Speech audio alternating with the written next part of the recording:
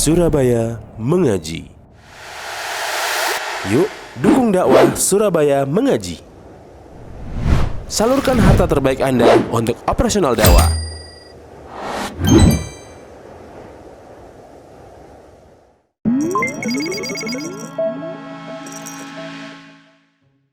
Bismillahirrahmanirrahim. Assalamualaikum warahmatullahi wabarakatuh. Alhamdulillahirabbil alamin, wassalatu wassalamu ala asyrafil anbiya'i wal mursalin nabiyina Muhammadin wa ala alihi wa sahbihi ajma'in. Qala ta'ala fi kitabihil karim, ya ayyuhalladzina amanu taqullaha haqqa tuqatih wa la tamutunna illa wa antum muslimun, amma ba'd.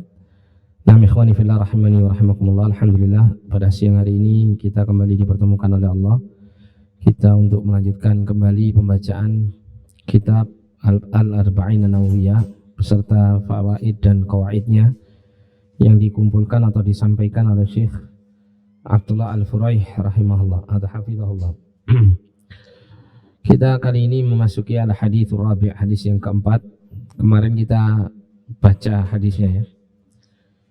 Kita telah membaca hadisnya, kemudian ya kita mulai masuk pada faidah fawaid mustanbatatun minal hadithir rabi'. Faidah-faidah yang diambil dari hadis yang keempat ini. Yang pertama adalah dalilun ala annal janina yataqallabu hatta yaktamila wa yakuna janinan dzu jasadin wa ruhin fi mi'atin wa 20 yawman. Jadi hadis ini merupakan dalil atau petunjuk bahwasanya janin itu terus Yataqallab yang dimaksud di sini adalah berkembang ya, fasenya berkembang sampai dia sempurna dan menjadi janin yang memiliki jasad dan ruh. Dan itu dimulai sudah menjadi jasad dan ruh ini adalah ketika berada di 120 hari ya, 120 hari atau berapa bulan? 4 bulan ya. 4 bulan ya. 4 bulan. 120 hari. Jadi pada saat 120 hari maka malaikat diutus oleh Allah Subhanahu wa taala untuk meniupkan roh padanya. Nah, sehingga ketika janin itu sudah berusia 120 hari, maka berlaku hukumnya seperti hukum manusia ya. Tidak boleh digugurkan ya karena sesuatu hal, dan kemudian juga tidak diperkenankan apabila dia meninggal dunia dikuburkan begitu saja, tapi dia harus dimakamkan seperti jenazah dewasa. Dia dimandikan, dikafani, disolati, kemudian dikuburkan di pekuburan kaum muslimin karena telah ada roh yang ditiupkan kepadanya. Adapun sebelum 120 hari maka kondisinya ya belum dikategorikan sebagai bayi yang utuh, bayi yang sudah memiliki roh, sehingga kalau seandainya dia meninggal dunia maka cukup dikubur saja, tidak perlu dirawat seperti jenazah orang dewasa, tidak perlu juga disolati. Kemudian juga diperbolehkan untuk digugurkan apabila ada keadaan darurat yang memerlukan untuk digugurkan, maka itu boleh sebelum janin berusia 120 hari. Tapi kalau sudah 120 hari maka tidak diperbolehkan.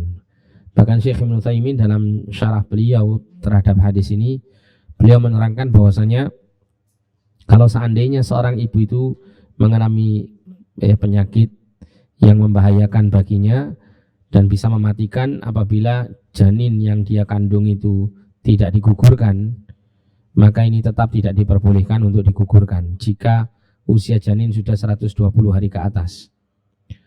Karena jika digugurkan berarti dia telah membunuh janin tersebut. Ya, tapi kalau seandainya janin itu tetap dibiarkan sampai kemudian dilahirkan dan katakanlah setelah itu ya ibunya meninggal gitu ya, maka ibunya meninggal atau bayi yang meninggal misal gitu ya, bayi yang meninggal misalnya lahir bayi yang meninggal, maka meninggalnya itu adalah karena takdir Allah Subhanahu wa taala ketentuan Allah SWT. Tidak ada campur tangan manusia untuk membunuhnya. Jadi seperti itu. Ya. Tapi diperbolehkan kalau misalnya bayi yang sudah 120 hari itu tidak memungkinkan untuk berkembang di rahim seorang ibu, maka diperbolehkan dengan ilmu pengetahuan yang dikembangkan oleh manusia sekarang untuk dipindahkan. Misalnya dia langsung dilahirkan ya dengan cara sesar atau semacamnya, kemudian segera dipindah ke satu alat tertentu yang alat itu dikondisikan seperti rahim seorang ibu misalnya, sehingga bayi itu bisa berkembang dengan baik ya, sampai kemudian tidak perlu untuk membunuh atau menggugurkannya. Maka ini diperbolehkan jika kondisinya darurat. Tapi kalau untuk digugurkan atau dibunuh, maka ini tidak diperbolehkan, karena ini termasuk bagian daripada membunuh nyawa tanpa hak. Dan bisa saja Allah menakdirkan, kalaupun prediksi medis itu bahwa ibunya ini akan mati atau bayinya itu lambat laun nanti pada akhirnya juga akan mati, misal gitu ya. Maka ya Allah Subhanahu wa taala Maha berkuasa, artinya bisa saja Allah menjadikan ibu dan bayinya tetap selamat ya, atau ibunya tetap selamat, bayinya yang mungkin meninggal, atau bayinya yang selamat, ibunya yang meninggal. Ini semua Allah yang menakdirkan dan menentukannya. Tapi ketika ada campur tangan manusia di dalam hal ini, maka dikhawatirkan ini termasuk bagian pembunuhan kepada bayi tersebut tanpa hak. Kemudian yang kedua, inayatullahi bi khalqihi hatta wa hum fi butuni ummahatihim.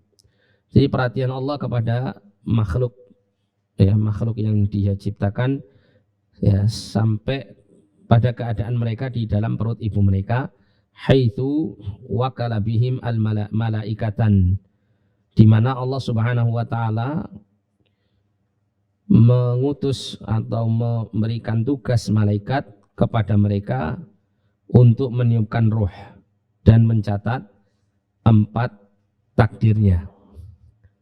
4 catatan takdirnya. Ini menunjukkan bagaimana perhatian Allah kepada makhluk yang bernama manusia. Allah ciptakan malaikat itu dengan tujuan untuk ikut mengurusi manusia ini, untuk melayani kehidupan manusia ya.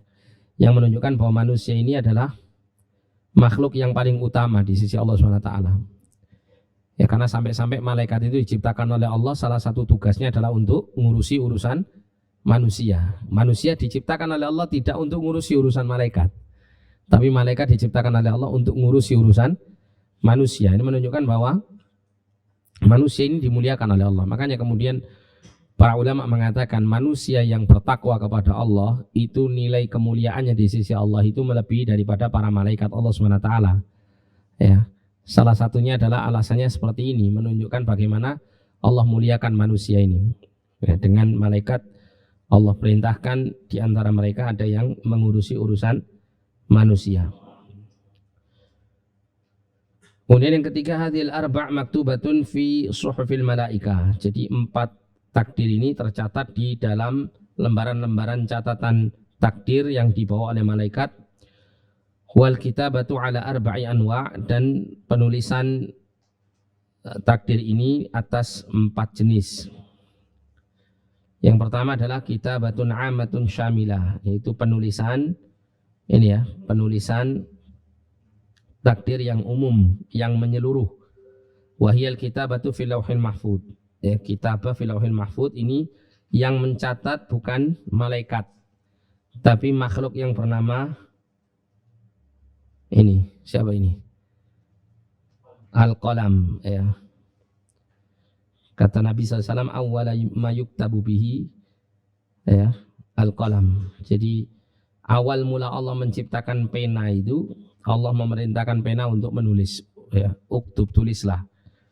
Maka pena berkata, madza aktub, apa yang akan aku tulis? Uktub maqadira kulli syai'in ya, ila yaumil qiyamah. Tulislah segala takdir yang akan terjadi sampai hari kiamat. Nah, pena ini kemudian menulis apa yang diperintahkan oleh Allah untuk ditulis, dan ya ditulis di Al-Lauhul Mahfud. Nah, sehingga Al-Lauhul Mahfud ini itu malaikat tidak memiliki apa? Malaikat tidak memiliki akses ya. mereka tidak memiliki akses untuk memahami atau mengetahui isi dan kandungan Lauhul Mahfuz. Sehingga apa yang tercatat di dalam Lauhul Mahfuz itu adalah rahasia yang mutlak, hanya Allah saja yang mengetahuinya. Nah, adapun yang dicatat oleh para malaikat yang ada di lembar catatan mereka, maka ini tidak bersifat mutlak, artinya nanti akan berubah sesuai dengan kehendak Allah Subhanahu wa taala. Nah, kita lanjutkan di sini ya, pencatatan takdir yang kedua adalah kitabatut takdir al-umri. Pencatatan takdir yang berkaitan dengan umur. Wa huwa alladhi ma'ana fil haditsil malaika yaktubuna arba'ata asya' lil insani fi kulli umrihi. Ya, yang dimaksud catatan takdir umur ini adalah yang berada di dalam hadis yang kita baca sekarang. Yang mana para malaikat mencatat 4 perkara bagi manusia di dalam tiap-tiap umurnya. Apa yang dicatat oleh para malaikat apa? Yang pertama apa? Rizkinya, gitu ya. Kemudian ajalnya. Kemudian iya, dia termasuk orang yang mulia apa yang bahagia atau yang celaka ya. Yang mulia atau yang celaka. Yang bahagia atau yang celaka. Nah, ini catatan yang ditulis oleh para malaikat pada lembaran catatan takdir mereka bagi tiap-tiap manusia, dan ini mencakup semua umurnya ya, umur kehidupan manusia itu. Apakah ini bisa berubah ini pencatatan ini? Apakah bisa berubah?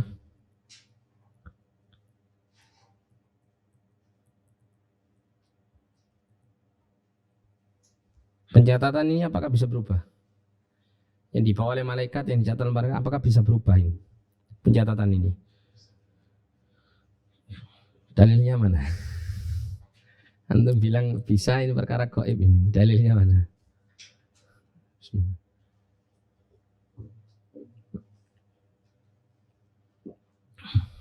Satu saja. Gimana?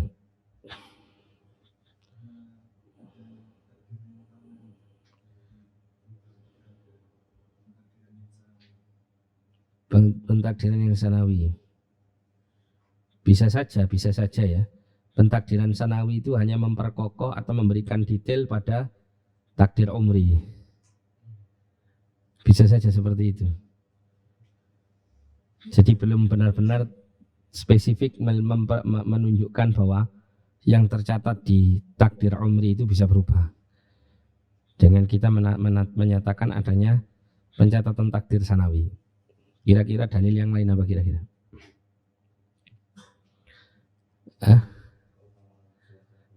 Keutamaan silaturahim ya. Nah, itu menunjukkan bahwa takdir itu bisa berubah, terutama bagian yang ini, ajalnya kan gitu ya. Dalam hadis itu kan Nabi pernah mengatakan man arada an yunsha fi rizki fi athari ya, an yusatalahu fi rizkihi falyasil rahimah. Siapa yang ingin dipanjangkan umurnya, diluaskan rezekinya, maka hendaklah dia menyambung silaturahim. Nah, dipanjangkan umurnya di sini diantara maknanya adalah diberikan umur yang panjang ya, bermakna jika para malaikat itu mencatat umurnya adalah katakanlah 60 tahun, kemudian dia melakukan amal kebaikan berupa silaturahim, maka Allah perintahkan untuk menambah 10 tahun misalnya. Nah, maka berubahlah catatan takdir yang dibawa oleh malaikat ini, berubah menjadi 70 tahun. Nah, perubahan-perubahan itu semuanya tercatat di Lauhul Mahfuz, sehingga para malaikat pun juga nggak tahu ya kapan ajalnya orang-orang yang dicatat takdirnya tersebut.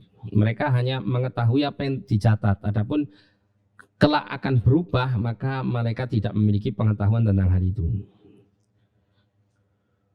Termasuk juga an yubsatalahu fi rizki, diluaskan rizkinya, menunjukkan bahwa rizki itu apa? Catatan takdir rizki itu bisa berubah di malaikat. Mungkin kadar rizki seseorang itu sekian, karena dia bersilaturahim maka Allah perintahkan untuk memperluasnya menjadi sekian kadarnya, maka berubahlah catatan takdir tersebut. Oleh karena itu ya, Nabi pernah mengatakan tidak ada sesuatu yang bisa mengubah takdir kecuali apa? Kecuali doa. Nah, yang dirubah itu takdir apa? Takdir ini, makanya ketika itu ada sebuah doa, ya Allah, jika kau catat aku termasuk golongan orang yang celaka, maka ubahlah catatan itu menjadi golongan orang yang bahagia. Maksud pengubahan catatan itu di mana? Di catatannya malaikat ini. Ya, dari syaqi ya menjadi apa? Sa'id. Dan itu memungkinkan gitu, memungkinkan untuk berubah.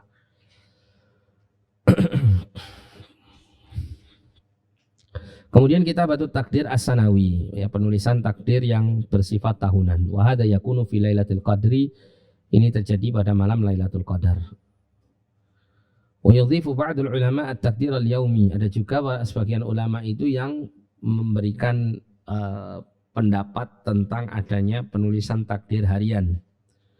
Sebagaimana Allah berfirman dalam Al-Qur'an, kulla yaumin huwa fi sya'nin. Setiap hari itu Allah itu selalu mengurusi seluruh makhluknya. Jadi Allah itu tidak pernah berhenti untuk mengurusi segala urusan makhluk, termasuk juga mengenai takdirnya. Ya. Sehingga Allah menetapkan apa yang dikehendaki, Allah mengubah apa yang dikehendaki. Ya. Nah, disinilah kemudian menunjukkan bahwa para malaikat itu tidak memiliki pengetahuan yang pasti kepada nasib manusia, lebih-lebih selain dari mereka. Para malaikat yang mencatat takdir manusia saja tidak memiliki pengetahuan yang mutlak kepada manusia tersebut atas apa yang akan terjadi pada dirinya, meskipun sudah tercatat takdirnya untuk masa yang akan datang gitu ya, karena Allah berkehendak untuk mengubah atau menetapkannya sesuai dengan kehendaknya. Lah apalagi orang-orang atau makhluk yang lain yang sama sekali tidak memiliki andil apapun untuk mencatat takdir manusia, seperti para tidak normal gitu ya, para dukun. Mereka orang-orang datang ke dukun-dukun ini untuk menanyakan tentang nasibnya di masa yang akan datang. Dari mana dia tahu? Hatta setan-setan yang mencuri dengar berita langit pun juga tidak memiliki pengetahuan secara pasti tentang hal itu. Karena bisa saja Allah mengubah segala apa yang dikehendakinya untuk masa yang akan datang. Ya. Namun apabila yang telah disampaikan ya berkaitan dengan perkara-perkara yang akan terjadi di masa yang akan datang disampaikan oleh Allah melalui wahyu kepada Nabi kita Muhammad SAW, maka itu sudah pasti terjadi. Karena itu adalah perkara yang sudah dipastikan Allah nanti bakalan akan terjadi, tidak akan meleset. Ya, seperti keluarnya Dajjal, kemudian tanda-tanda hari kiamat yang disebutkan itu ya. Termasuk juga matahari nanti akan tenggelam ke arah barat, ke arah timur ya. Ke arah timur. Yang itu semuanya apa? Telah dikabarkan oleh Rasulullah SAW, yang menunjukkan bahwa perbuatan atau peristiwa tersebut pasti akan terjadi. Fataqdirul 'amu syamilu fil lauhil mahfuz la yataghayyar, amal umri fa huwa yataghayyar. Nah, ini penting. Ya. Poin ini penting. Takdir umum yang menyeluruh di dalam Lauhul Mahfuz, yang tercatat dalam Lauhul Mahfuz itu la yataghayyar, tidak berubah. Adapun al-umri ya, takdir yang bersifat umur tadi itu yataghayyar, berubah, bisa berubah. Dalil-dalilnya seperti yang kita sebutkan tadi. Kemudian yang keempat, al-haditsu fihi al-hadar min dasaisil qalbi fa innaha tahulu bainal 'abdi wa bainal khatimatil hasanah. Jadi hadis ini di dalamnya mengandung pelajaran penting, yaitu peringatan dari apa? Dasaisu al-qalbi, dari buruknya hati ya, kotornya hati, penyakit-penyakit hati. Karena itu semuanya adalah menghalangi seorang hamba dengan kematian yang baik. Kematian yang baik ya, menghalangi seorang hamba dengan kematian yang baik ya. Jadi wajib bagi kita untuk berusaha untuk membersihkan hati ya. Dan yang terbaik dalam membersihkan hati selain kita selalu memupuknya dengan ilmu, kemudian berusaha untuk selalu melawan hawa nafsu kita yang mengotori hati kita, menjauhkan diri dari maksiat dan syubhat-syubhat. Selain itu kita juga perbanyak untuk berdoa, memohon kepada Allah. Allahumma ati nafsi taqwaha wa zakkiha anta khairu man zakka anta waliyuha maulaha. Salah satu doa yang diajarkan Rasul demikian ya. Ya Allah, berikanlah kepada jiwaku ini ketakwaannya ya, dan bersihkanlah jiwaku ini.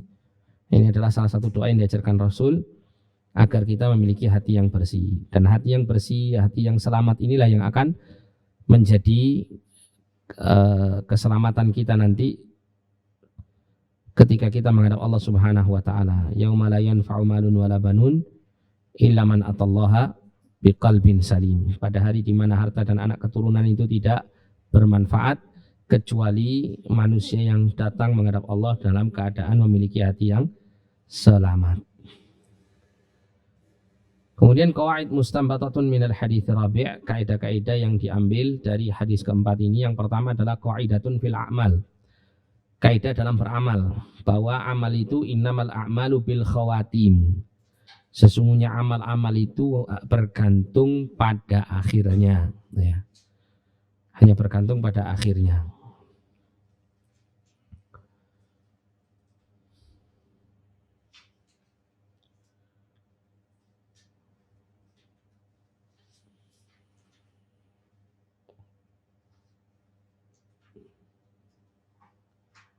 Ya, jadi bergantung pada akhirnya. Jadi seseorang itu manakala di akhir hayatnya dia menutup hidupnya itu dengan amal-amal kebaikan, fa insyaallah itu merupakan tanda dia selamat ya, tanda dia bahagia nanti setelah matinya. Tapi jika seseorang itu menutup usianya dengan amal-amal keburukan, maka dikhawatirkan itu merupakan tanda celaka dan meruginya nanti di akhirat. Wa hadza haditsun 'inda al-Bukhari wa hiya qa'idatun. Ini adalah hadis yang dikeluarkan oleh Imam Bukhari dan dia adalah termasuk dari kaidah ya, di dalam beramal. Kemudian yang kedua, qaidatun fil khatimati wal hisab. Kaidah di dalam kaitannya dengan khatimah ya. Penutup usia wal hisab dan berkenaan dengan hisab. Yaitu al-ibratu bil makhabir la bil madhahir. Ya. Jadi al-ibratu bil makhabir la bil madhahir. Jadi satu amal itu berkaitan dengan apa? Al-makhabir. Jadi yang penting itu adalah al-makhabir yang dikabarkan. Yang dikabarkan. La bil madhahir, bukan yang tampak ya. Makanya Nabi ketika melihat ada salah seorang lelaki yang berperang di medan jihad, kemudian dia berperang dengan sangat patriotik kan gitu ya, sangat pemberani, sampai seakan-akan dia tidak takut untuk mati ya, dia berani mati, dia tidak memperdulikan kondisi serangan musuh kepadanya. Sampai para sahabat mengatakan hadzal ladzi hasalal ma'rakah, orang inilah yang nanti akan mendapat pahala maksimal di dalam jihad fisabilillahnya. Tapi justru Nabi mengatakan huwa finnar, dia termasuk dari golongan penghuni neraka. Tampak zahirnya dia orang soleh kan gitu ya. Tapi kabar yang diberikan oleh Nabi adalah kondisinya dia finnar kan gitu. Kok bisa hilang? Oh, finnar. Nah, dia di neraka. Nah ternyata ya, setelah disampaikan Nabi SAW tentang nasib orang ini kelak akan masuk ke dalam neraka, maka salah seorang sahabat penasaran dan terus menguntit lelaki tersebut sampai pada suatu ketika dalam kondisi dia terluka parah, dia mencari tempat yang sepi yang tidak ada manusia yang melihat, kemudian dia menancapkan pedang tepat di dadanya untuk bunuh diri. Kemudian sahabat ini ya mendatangi Rasul Shallallahu Alaihi Wasallam sembari mengatakan sodako annaka Rasulullah, sodako annaka Rasulullah. Ya, benarlah Anda ini sebagai utusan Allah, benarlah Anda ini sebagai utusan Allah. Maka Rasulullah kemudian bertanya, ada apa dengan kamu? Maka lelaki ini kemudian menjelaskan tentang orang yang dikatakan Nabi sebagai penghuni neraka. Maka Nabi menyampaikan sebuah redaksi hadis yang hampir serupa dengan lafaz yang ada di hadis keempat ini. Akan tetapi ada tambahan kalimat ya, bahwa fawallahilladzi la ilaha ghairu inna ahadahu la ya'malu bi'amali ahli jannah ya fima yabdulin nas. Jadi benar-benar ada salah seorang di antara kalian itu beramal dengan amal penghuni surga fima yabdulin nas, di dalam apa yang tampak di hadapan manusia. Secara zahirnya kelihatan dia melakukan amal soleh penghuni surga gitu.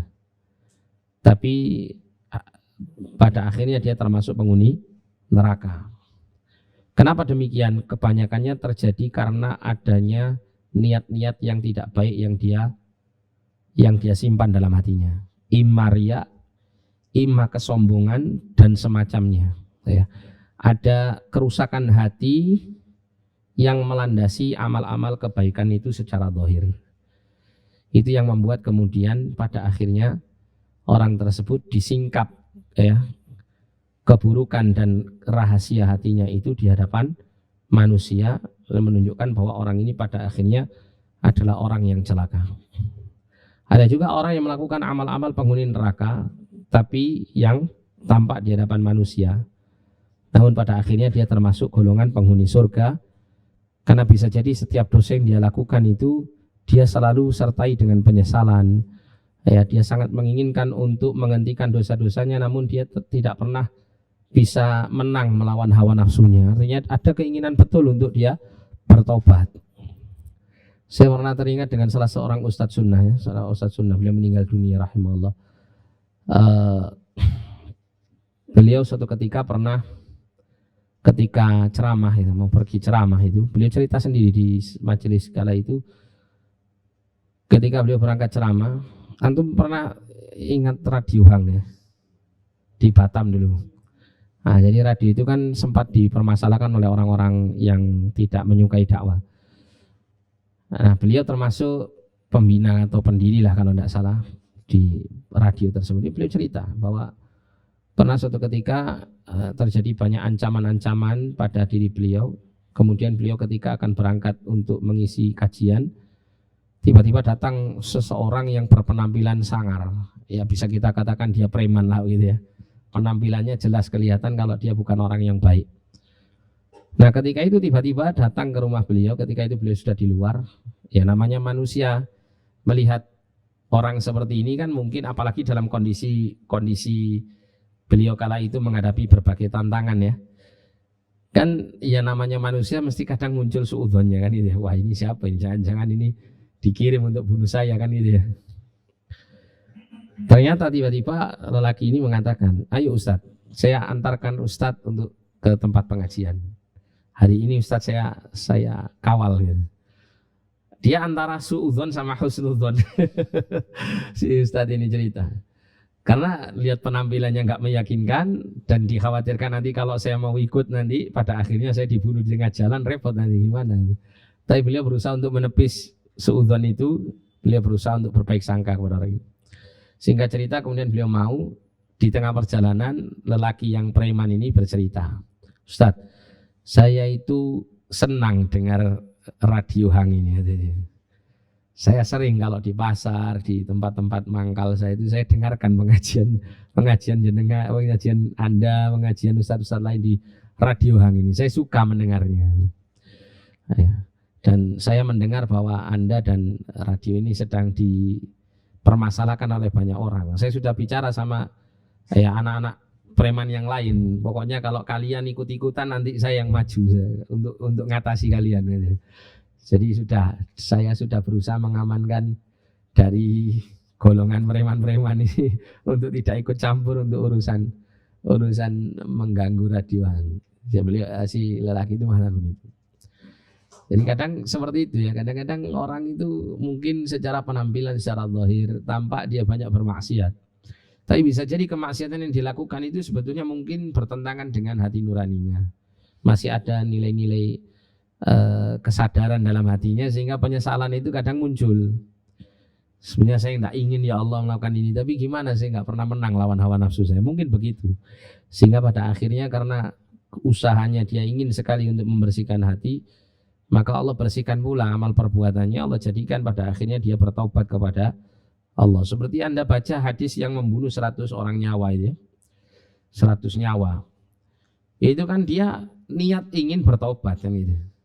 Tapi ketika dia menemui orang yang salah, maka orang yang salah ini membuat emosinya tersulut kembali. Akhirnya dia bunuh, jadi 100 orang kan gitu yang dia bunuh. Tapi setelah dia mendapati ada orang yang bisa membimbing dia untuk bertaubat, maka dia rela untuk melakukan apapun, termasuk meninggalkan negerinya untuk menuju kepada negeri yang baik untuk menyempurnakan taubatnya. Sampai di tengah jalan orang ini meninggal dan akhirnya Allah ampuni dosa-dosanya. Sebagian ulama mengatakan orang ini belum benar-benar taubat, dalam arti belum benar-benar memperbaiki diri. Yang namanya tobat itu kan sebisa mungkin untuk dia tidak hanya menghentikan dosanya, tapi juga minta ampun dan memperbaiki kehidupan setelahnya dengan yang lebih baik kan, dengan melakukan amal-amal soleh. Tapi tidak dilakukan, ya, atau belum dilakukan. Tapi karena niatnya dan tujuannya ini benar, kesungguhannya dia untuk bertobat itu ya dia lakukan sampai di tengah jalan dia mati. Ya, meskipun belum dia melakukan kebaikan sama sekali setelahnya, maka Allah mengampuni dosa-dosanya. Nah, kita kembali di sini. Jadi al-ibratu bil makhabir la bil madahir. Jadi mungkin tampak pada diri seseorang itu soleh baik, tapi belum tentu dia didukung dengan kesolehan dan kebaikan hatinya, sehingga dikhawatirkan hal ini akan menjadi sesuatu yang membuat dia su'ul khatimah. Wal'iyadzubillah. Jadi intinya di sini tiap-tiap orang tidak boleh saling meremehkan yang lain. Mungkin hari ini Anda melihat si fulan itu banyak dosanya. Bisa jadi sekian tahun ke depan si fulan itu nanti dia berada di atas mimbar khutbah Jumat tepat di hadapan Anda ketika Anda sedang mendengarkan khutbahnya. Bisa saja seperti itu. Ya, Allah bisa saja menjadikan manusia itu berubah ya dengan kuasanya. Kan mungkin pernah kita gitu kan. Kadang kita punya teman dulu mungkin ketika sekolah, sana ini gak iso anu satu sudah ndak kayaknya ndak mungkin ini anak ini tobat gitu. Ya, tapi akhirnya kita menemui orang ini sekian puluh tahun setelah kita berpisah, kok tiba-tiba Masya Allah sekarang berubah jadi begini jadi begitu. Kita ndak tahu. Ya, kita ndak tahu. Saya punya kawan dulu di Ma'had, Masya Allah luar biasa. Sampai ustadz-ustadz itu nyidang dia, saking tanda kutipnya anak ini. Ya. Tapi pada akhirnya bagaimana? Masya Allah dia kuliah diterima di Madinah. Beliau lulus kemudian jadi salah satu dai di salah satu negara di luar negeri gitu ya. Sampai sekarang beliau bermanfaat untuk umat ya. Beliau tinggal di negara yang lain gitu untuk dakwah di sana. Jadi kadang kita berpikir, wah ini anak kok begini. Bahkan dia ngaku sendiri ke saya ya. Kawan saya ini dia ngaku sendiri, saya ini anak kedua kata dia. Jadi anaknya abi saya itu ada berapa, 4 atau berapa. Jadi 2 yang laki itu anak pertama dan anak kedua itu laki-laki. Anak yang setelahnya ketiga dan seterusnya itu perempuan semua. Bapaknya dia itu menginginkan yang laki-laki ini harus ada yang mondok. Harus ada yang mondok yang belajar agama. Dia ngomong kalau seandainya saya tidak mengalahkan saya bisa mengalahkan abang saya tidak mau mondok. Saya bisa mengalahkan dia, abang saya masuk pondok, saya tidak ke pondok. Atau saya punya adik laki-laki lagi untuk dia mondok, mesti saya tidak akan mau untuk mondok katanya dia. Saya akan bebas cari kehidupan bebas. Bahkan waktu di Ma'had, waktu di Surabaya itu dia ketika ketemu saya gitu, dia tanya istilahnya dia ngomong, antum tahu ndak ya, inti gitu ya bahasanya, inti tahu ndak ini tempat ini, dia nyebut tempat-tempat klub malam di Surabaya. Lalu kamu kok bisa tahu ya? Iya biasalah gitu. Dia punya kawan di luar, main ndak tahu main kemana nggak jelas gitu ya. Sampai dia cerita juga dia ketika di Jakarta belajar di Libya juga seperti itu ya. Sampai teman-temannya sudah pada bingung semua lihat kondisinya si teman saya ini. Sehingga cerita qadarullah, Allah takdirkan dia ada masalah dalam keluarganya, sampai kemudian di satu sisi dia mendapat anugerah yang luar biasa, dia diterima di Jamiah Islamiyah di Madinah. Setelah itu dia belajar di sana, masya Allah semua kawan-kawannya itu semua mengatakan sudah berubah anak ini, kena air zam-zam. Jadi sudah berubah. Ya. Sampai sekarang alhamdulillah beliau jadi dai yang memberi manfaat kepada umat. Beliau dakwah ya luar biasa, bahasa Inggrisnya juga lancar ngewes gitu, karena dia berdakwah di luar negeri. Memang asalnya cerdas anaknya gitu, cuman ya dia harus melalui fase itu. Jadi seperti itu. Kadang kita nggak tahu ya ke depan orang itu seperti apa. Mungkin yang sekarang jadi kelihatan baik, pada akhirnya ya qadarullah, Allah takdirkan ternyata tidak demikian. Jadi kita ini harus, ya kalau kita ini harus fokusnya ke diri kita sendiri-sendiri, nggak usah nilai orang lain gitu ya. Kita bolehlah menilai dalam arti di sini, jika dibutuhkan untuk menghukumi, kita hukumi secara zahirnya kala itu saja. Tapi untuk mengatakan seorang ini kayaknya nggak bisa tobat, itu jangan. Karena hidup manusia itu tidak ada yang tahu. Tapi lebih baik kita fokus pada diri kita sendiri, kita banyak mohon kepada Allah untuk ya menata hidup kita ini sampai kita diwafatkan di atas husnul khatimah. Nah, kita masuk hadis yang berikutnya ya. Al-haditsul khamis. An Ummul Mukminin Ummi Abdillah Aisyah radhiyallahu anha qalat qala Rasulullah sallallahu alaihi wasallam. Oh iya, seperti biasa. Silakan Ustaz Reza. Saya dibantu untuk dibacakan.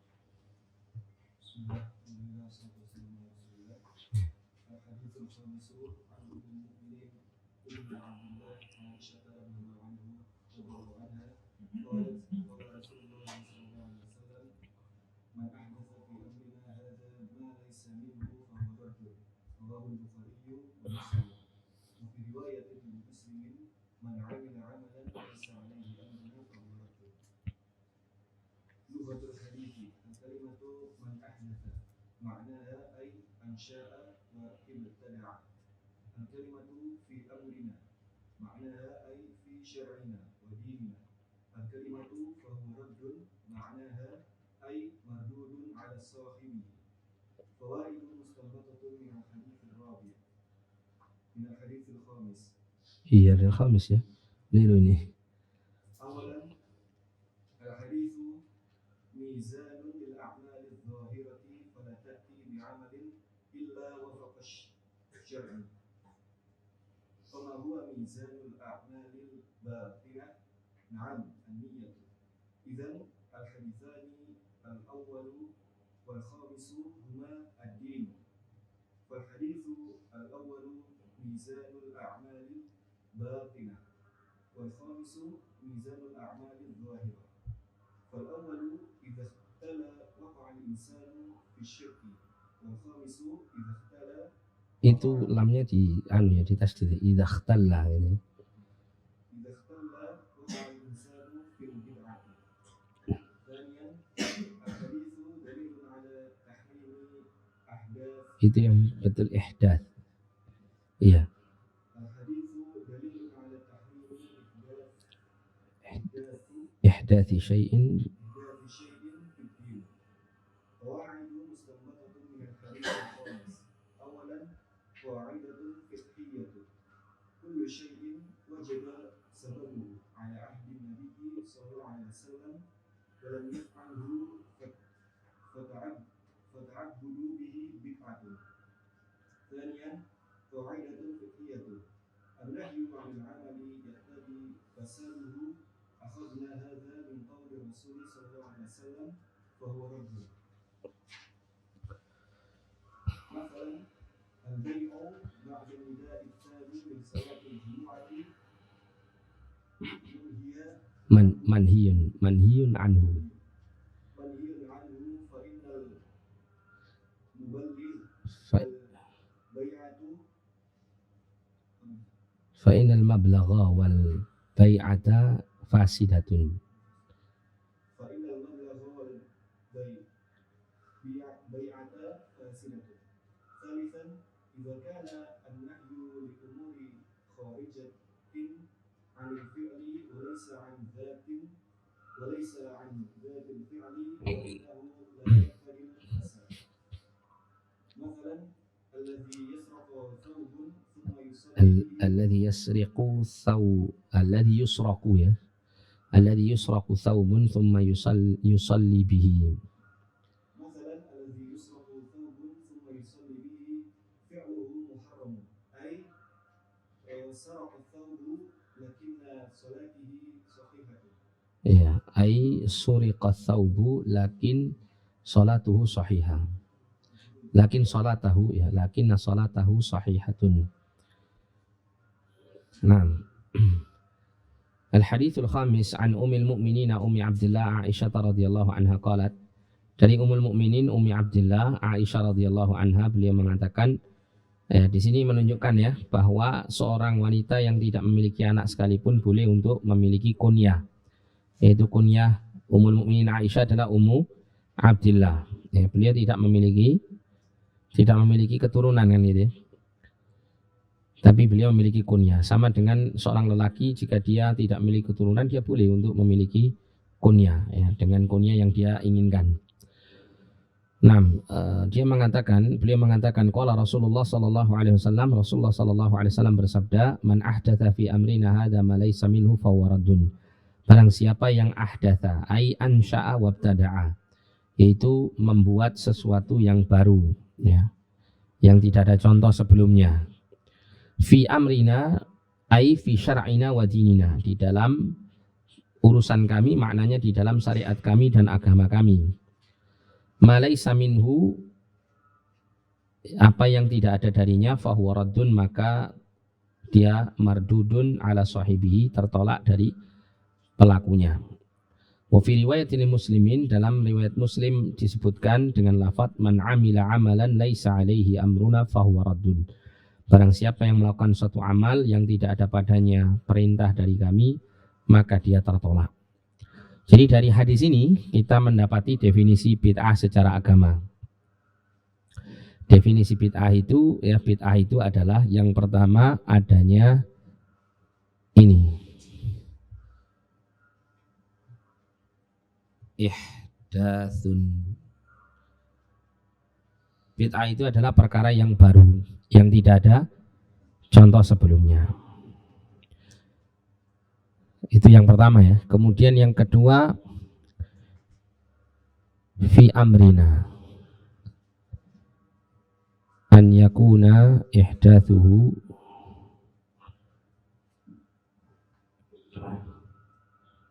fid din.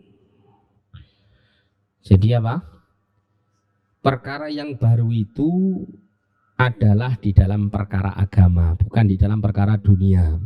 Jadi kalau ada orang yang berbicara mengenai bid'ah kemudian dibantah dengan mengatakan ya sudah, kalau semuanya bid'ah kamu naik unta saja, nggak usah naik motor. Nah ini berarti dia gagal paham gitu ya, bahwa bid'ah yang dilarang di sini adalah fiddin, di dalam perkara agama, bukan di dalam perkara dunia. Kemudian yang ketiga, malaisa minhu, yaitu apa? Bi ghairi dalilin syar'iyyin yurja'u ilaihi. Jadi malaisa minhu, apa yang tidak ada darinya, maknanya bi ghairi dalil, enggak pakai dalil, enggak ada dalilnya. Dalil syar'inya enggak ada yang bisa apa dijadikan rujukan untuk melakukan tindakan hal itu, perbuatan itu ya. Jadi kalau ada suatu perbuatan yang kemudian itu terkumpul di dalamnya tiga hal ini, yang pertama dia adalah perkara yang baru, kemudian perkara yang baru itu dalam perkara agama, dan di situ tidak ada dalil yang bisa dijadikan rujukan, maka itulah yang disebut dengan bid'ah. Mungkin untuk poin ini, poin 1 ini dan poin 2 ini kita paham. Tapi untuk poin 3 inilah yang nanti jadi pembahasan panjang di tengah-tengah para ulama ya, berkaitan dengan disebut atau tidak disebutnya suatu perkataan atau perbuatan itu dengan istilah bid'ah. Ini yang menjadi permasalahan panjang di sini. Sampai kemudian ada di tengah para ulama sebagian mereka mengatakan bid'atun mahmudatun fi syar'i wa bid'atun madhmumatun fi syar'i. Al bid'atu bid'atani, bid'ah itu ada dua, bid'ah yang terpuji dalam syariat dan bid'ah yang tercela dalam syariat. Itu pun juga nanti karena poin ketiga ini. Ada yang mengatakan kullu bid'atin dhalalah, semua bid'ah itu sesat, tidak ada namanya bid'ah mahmudah atau bid'ah hasanah. Semua bid'ah itu sesat. Itu pun juga karena poin 3 ini. Intinya apa? Berkaitan dengan dalil syar'i yang yurja'u ilaih. Dan dalil itu kan banyak. Kalau Anda belajar usul fikih itu Anda akan menemukan dalil itu ada yang sifatnya muttafaq alaih dan ada yang mukhtalaf alaih. Sifatnya disepakati, sifatnya diperselisihkan. Yang disepakati itu dalil itu ada 4. Al-Quran, As-Sunnah, Al-Ijma' dan Qiyas. 4 ini disepakati oleh semua para ulama Ahlussunnah ya, sebagai sumber hukum di dalam agama Islam. Ini sudah adzan ya. Insyaallah kita lanjutkan lagi setelah adzan ya, sedikit tentang hadis kelima ini.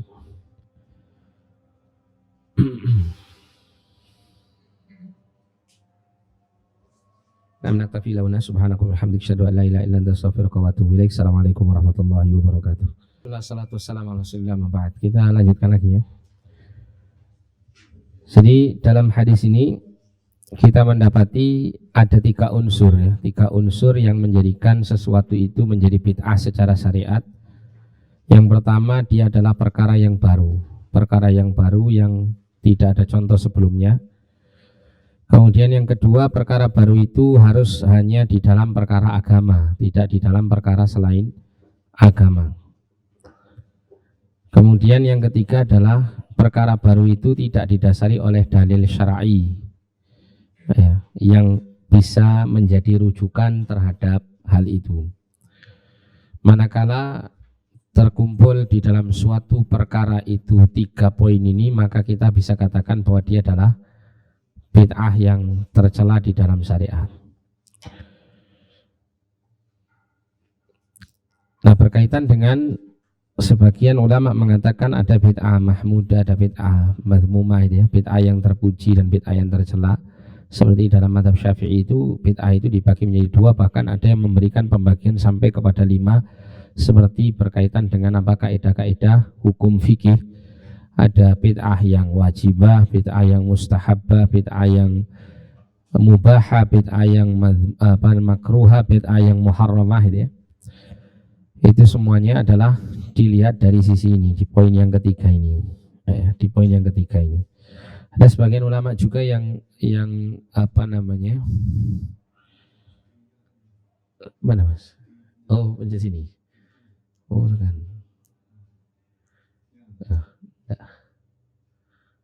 Enggak nyala.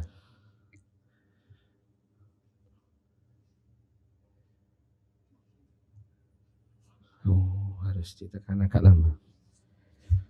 Sampai mana tadi saya? Iya, yang poin ketiga ini ya, adanya dalil yang menjadi rujukan. Jadi dalil itu kalau kita kembali kepada disiplin ilmu ushul fikih itu kita mendapati ada dalil yang muttafaqun alaih, disepakati, ada yang diperselisihkan. Adapun yang disepakati adalah 4. Al-Quran, Sunnah, Ijma' dan Qiyas. Ini adalah dalil yang disepakati. Adapun dalil yang masih diperselisihkan itu banyak ya, termasuk qaul sahabi, perkataan sahabat, ada namanya al-masalihul mursalah, ada yang namanya al-istihsan, al-istishab dan seterusnya ya, banyak. Anda bisa merujuk ke kitab-kitab usul fikih untuk mengetahui tentang dalil-dalil tersebut. Sehingga disitulah kemudian terjadi perbedaan-perbedaan para ulama dalam menilai suatu perkara yang baru di dalam agama. Karena kalau kita perhatikan sesuatu yang tidak ada di masa Rasulullah di dalam perkara din ini ya, itu tidak mesti serta-merta jadi bid'ah di masa kita sekarang jika hal itu diadakan. Contoh misalnya Di masa Rasulullah itu tidak ada yang namanya pembukuan Al-Quran, tidak ada yang namanya pemberian rosem, harokat pada Al-Quran itu ya, huruf-huruf Al-Quran. Dan di masa itu juga ilmu tidak dibagi seperti sekarang, ada ilmu tauhid, ilmu fikih, ilmu hadis. Kemudian juga tidak ada keterangan dalam misalnya kita berbicara mengenai sholat itu mana yang rukun, mana yang wajib, mana yang sunnah dan seterusnya. Ini pembagian-pembagian yang muhdatsah. Semuanya termasuk bagian dari perkara-perkara yang baru di dalam permasalahan agama yang di masa Rasulullah tidak ada, namun di masa kita sekarang hal itu tersusun dengan rapi. Nah, sehingga di sini mengisyaratkan kepada kita, ini salah satu contoh saja, bahwa tidak selalu yang tidak ada di masa Rasulullah itu kemudian diadakan di masa kita sekarang itu tiba-tiba menjadi bid'ah yang tercela. Itu tidak mesti seperti itu. Ya. Karena nanti di antara yang menjadikan sesuatu itu menjadi baru dan itu dituntut oleh syariat untuk diwujudkan, itu diantaranya menggunakan dalil-dalil yang diperselisihkan tadi. Contoh misalnya masalah pembukuan Al-Quran ini ya, atau masalah pemberian harokat atau pembagian ilmu di dalam agama dan semacamnya, itu semua di masa Rasulullah nggak ada ya, tapi itu dituntut untuk dimunculkan demi untuk memberikan kemaslahatan bagi agama dan kaum muslimin di dalam mereka beragama. Dan inilah yang dimaksud di dalam ilmu usul fikih itu sebagai al-masalihul mursalah, sarana-sarana yang diambil untuk memberikan kemaslahatan bagi umat dalam menjalankan dan mewujudkan agamanya. Ya, sehingga dari situ tidak ada penambahan dan pengurangan. Tapi itu merupakan perkara baru. Di masa Rasulullah tidak ditemukan cara seperti ini. Tapi di masa setelah Rasulullah wafat dan di zaman-zaman berikutnya dimunculkan hal yang demikian. Ya, jadi tidak serta-merta secara saklek kita katakan di masa Rasul nggak ada berarti ini bid'ah, nggak bisa begitu. Harus ditinjau dulu dari dalil-dalil yang ditetapkan oleh para ulama, diformulasikan oleh mereka, sehingga apakah ini layak dikatakan sebagai perkara bid'ah ataukah tidak termasuk perkara bid'ah, atau ada sebagian yang memberikan pembagian apakah ini masuk kategori bid'ah yang mahmudah. Di satu sisi dia bid'ah, nggak ada di masa Rasulullah, baru ini, tapi dia terpuji secara syariat. Ataukah di masa kita ini perkara tersebut masuk pada bid'ah madhmumah, bid'ah yang tercela gitu ya.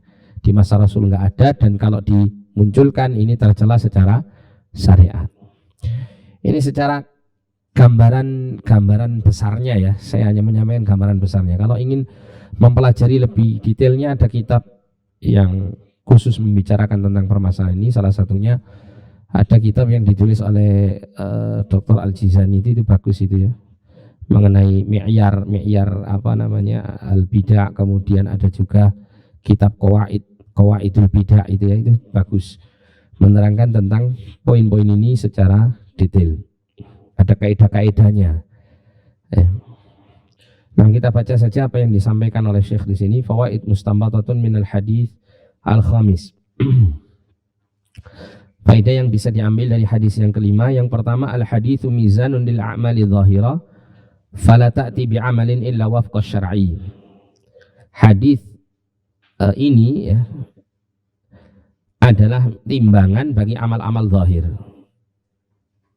Fala ta'ti bi'amalin illa wafqa syara', maka tidak dilaksanakan suatu amal kecuali harus bersesuaian dengan syariat, bersesuaian dengan syariat ya, jadi tidak pertentangan ya, bersesuaian dengan syariat.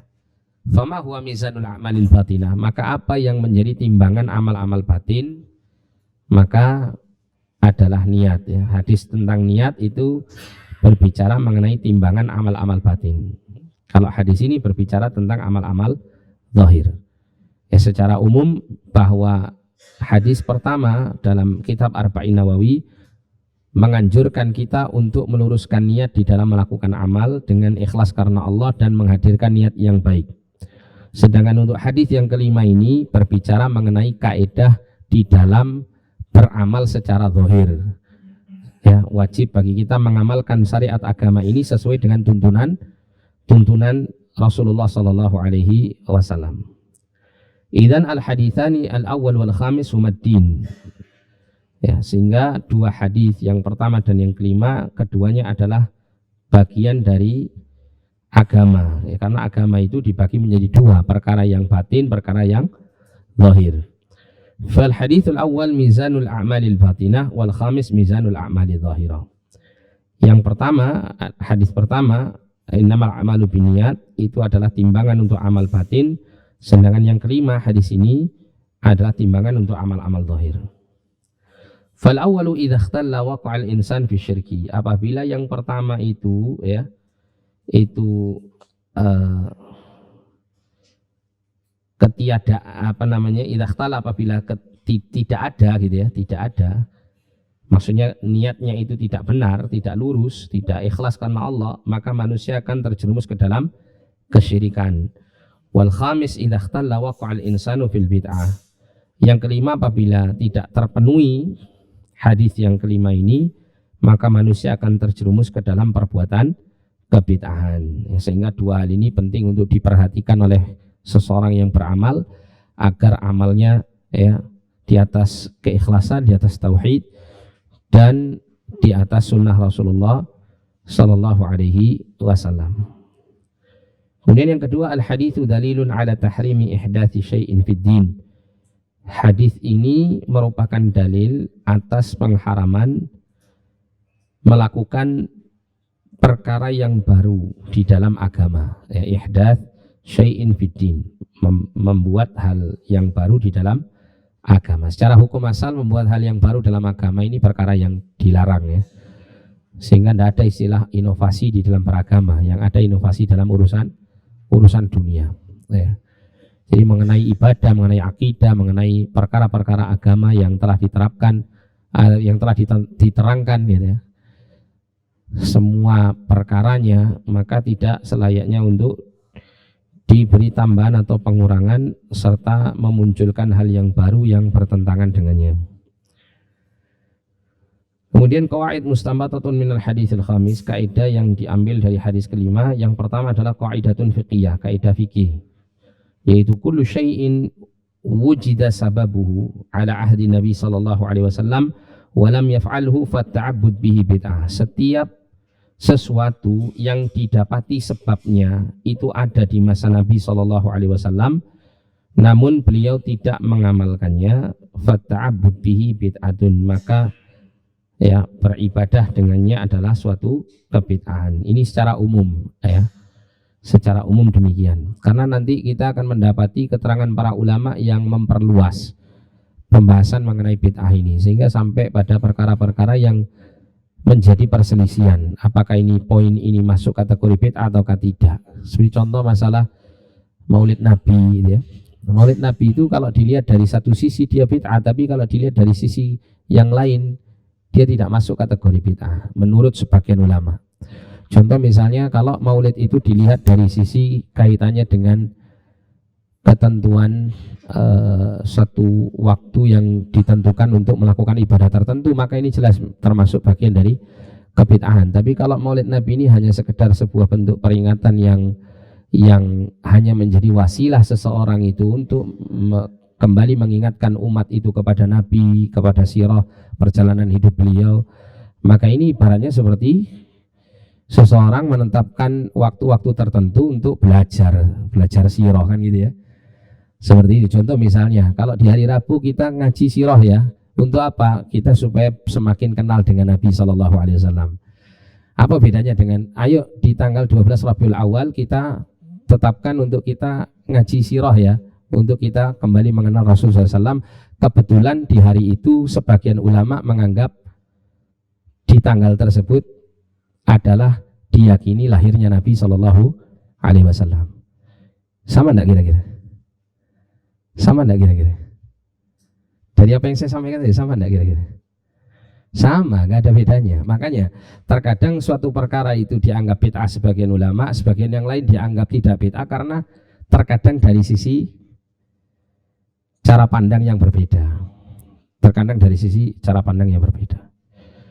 Ya, sehingga berbeda pula hasil yang dimunculkan.